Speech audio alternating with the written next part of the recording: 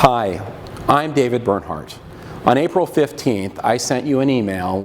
I explained that I would try to communicate with all of you regularly. I also requested that you send me ideas on how we can improve functions at the department and better serve the American people. One suggestion that I received was to resume the Week at Interior newsletter. Today's message will be our first effort at providing such a weekly recap. I hope that you find the information helpful to our collective missions. Thanks. This week at Interior.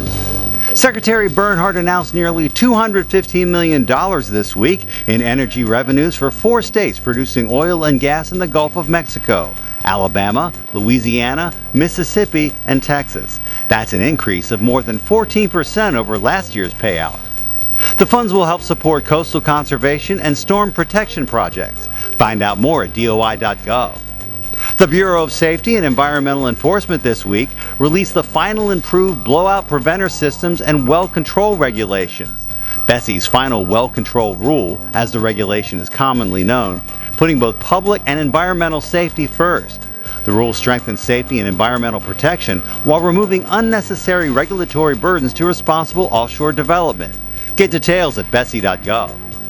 An agreement signed between the United States and Vietnam for stronger cooperation when it comes to fighting illegal wildlife trafficking. Trafficking is a global security threat that threatens some species with extinction while making billions of dollars for international organized crime.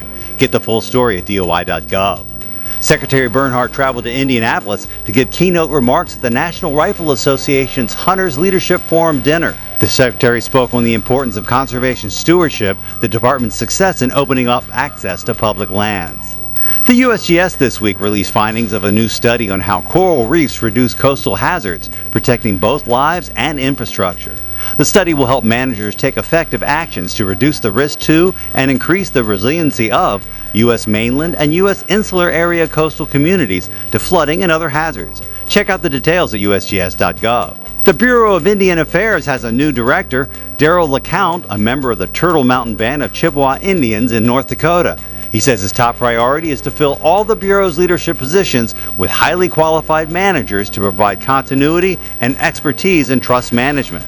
Congratulations to 16-year-old Nicole Gian from Scarsdale, New York, for taking home top honors in this year's National Junior Duck Stamp Contest. The Junior Duck Stamp helps raise funds for youth education in wildlife and wetlands conservation and outdoor recreation. An Interior social media picture of the week, this amazing photograph of Glacier National Park, courtesy of the National Park Service. Make sure you follow Interior on Facebook, Instagram, and Twitter. That's This Week at Interior.